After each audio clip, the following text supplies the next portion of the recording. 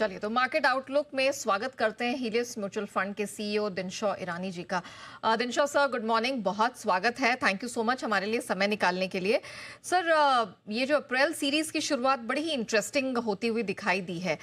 FIIs ने कुछ वापसी के संकेत दिए, लेकिन अब हमारे सामने इस हफ्ते खासतौर से कल एक बड़ा ट्रिगर है अमेरिका में लिबरेशन डे का, और ट्रम्प साहब का तो खतरा खैर जब तक वो कुर्सी पे बरकरार है बना रहेगा। तो सर बताइए कि are we out of woods as a nation, as an economy, as market? क्या हमारा पेन खत्म हो चुका है या अभी भी ट्रम्प साहब का कहर झेलना बाकी रहेगा? नेहा जी, पहले तो धन्यवाद आपका आपके शो पर आमंत्रित करने के लिए। और आपके दर्शकों को very good morning. So basically Neha ji, हमें ऐसे ही लगा था पहले भी कि मार्केट समवेयर बॉटम के आसपास आ गया है। और फिर बाउंस बैक जो है वो भी हमें काफी सरप्राइजिंग लगा कि एक हफ्ते में ही लिटरली 50% रिट्रेसमेंट हो गया था ऑफ द करेक्शन। तो हमें अभी ऐसे लगा उसके बाद कि अभी थोड़ा एक ब्रीदर होना चाहिए मार्केट में। तो इसलिए ये जो आप देख रहे हैं आज की तारीख में वो ऊपर नीचे, और बाद में जो करेक्शन भी आया था वो एक रीजन से आया था। और रीजन था ऑब्वियसली हमारा जो वैल्यूएशन काफी स्ट्रेच हो गए थे।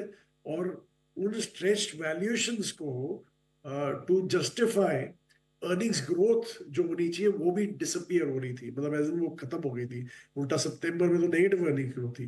तो ऐसे लग रहा था कि अभी ये जो करेक्शन भी हुआ वो काफी जल्दी हो गया और काफी शार्प हुआ। 5 महीने में ही जो करेक्शन में आया वो मिली 5 महीने के अंदर ही आया था।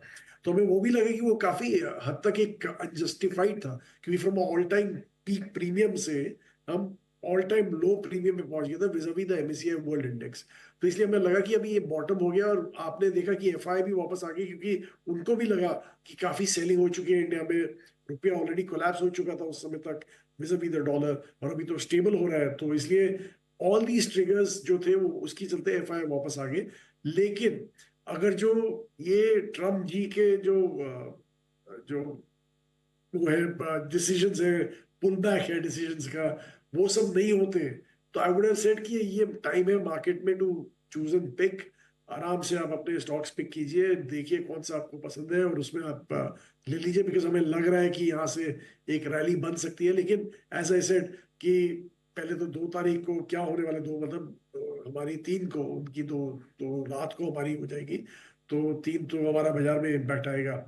तो उसमें क्या होने वाला है क्या नहीं होना, दैट्स ऑल अ गेस। शायद उनको भी ना पता हो ट्रम्प जी को कि वो क्या अनाउंस करने वाले हैं। और दूसरा जो है वो रिजल्ट सीजन है, वहां पे हमें पॉजिटिव ट्रिगर्स ज्यादा नहीं दिख रहे हैं। अनफॉर्चुनेटली जो सीजन है वो चालू ही हुआ आईटी से, और आईटी का हमें नहीं लगता कि इतने कोई पॉजिटिव ट्रिगर्स आपको दिखेंगे रिजल्ट्स में। सो मे बी अप्रैल एक महीना होगा जहां पे आपको काफी चैलेंजिंग लगेगा। Maybe some correction here and there, but it'll be across pockets. Otherwise, we're very comfortable today. बिल्कुल, तो काफ़ी सारे इवेंट्स हैं और उसका असर बाज़ार पर बना रहेगा। दिनशा सर, स्वागत है आपका। मैं पूजा बात कर रही हूँ। सर, ये जो इतने सारे इवेंट्स और अर्निंग्स की भी आपने बात की, शुरुआत तो अच्छी नहीं दिखाई दे रही है आईटी से, लेकिन इस बार की अर्निंग्स में और क्या-क्या एक्सपेक्टेशन आप कर रहे हैं? कौन-सा सेक्टर अच्छा प्रदर्शन कर सकता है? कहाँ पर आपको एकदम ही लग रहा है कि इन सेक्टर से फिलहाल दूर रहना चाहिए?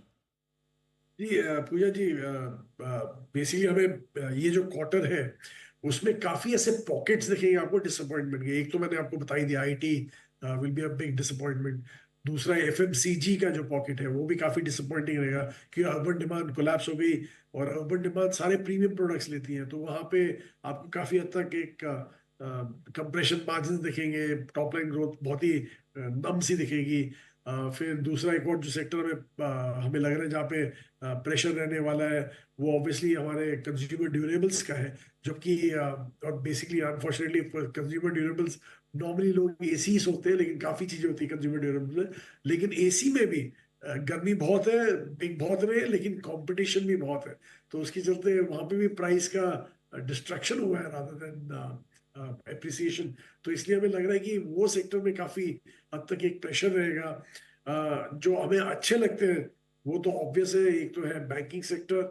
हमें लग रहा है with this kind of liquidity infusion, actually जो नए गवर्नर आए हैं हमारे आरबीआई के, पहली चीज उन्होंने यही डिसाइड की थी कि मैं लिक्विडिटी इन्फ्यूज करूंगा सिस्टम में। I will not let it be in deficit.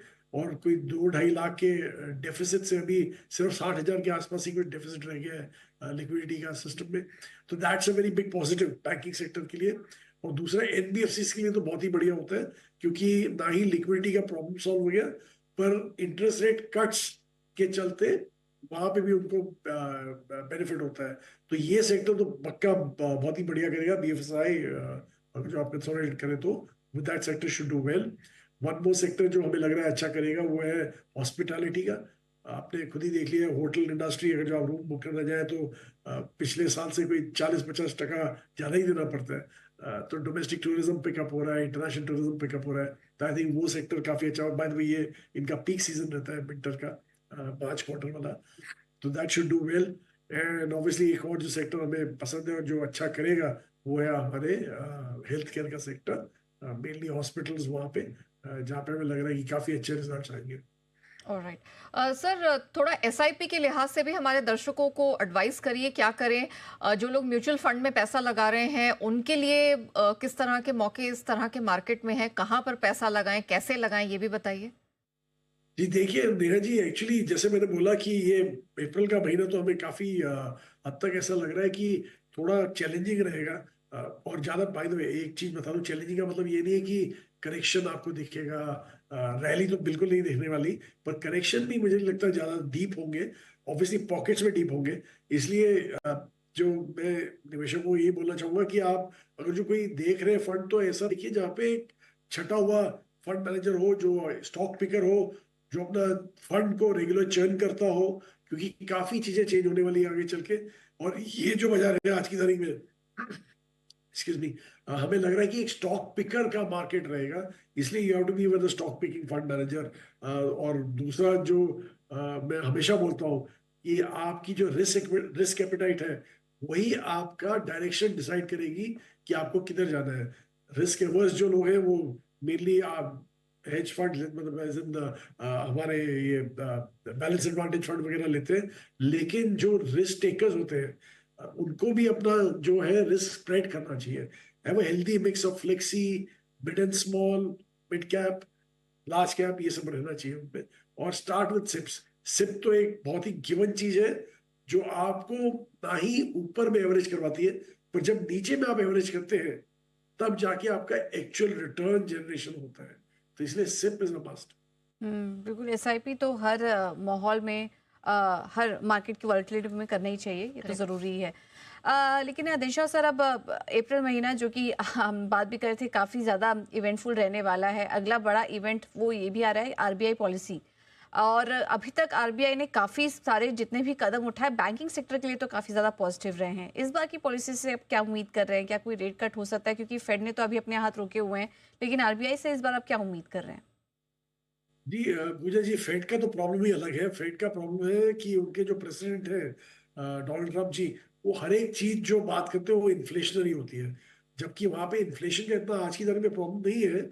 लेकिन फिर भी अगर जो इम्प्लीमेंट कर दी उन्होंने पॉलिसीज टैरिफ की, या तो टेकिंग आउट इलीगल इमिग्रेंट्स वगैरह, वो सारे इन्फ्लेशनरी, और कट्स इन अपने इनकम टैक्स वगैरह, तो सब इन्फ्लेशनरी सुनाई देते हैं। इसलिए आई थिंक फेड थोड़ा कॉशियस स्टैंस बना के बैठा हुआ है।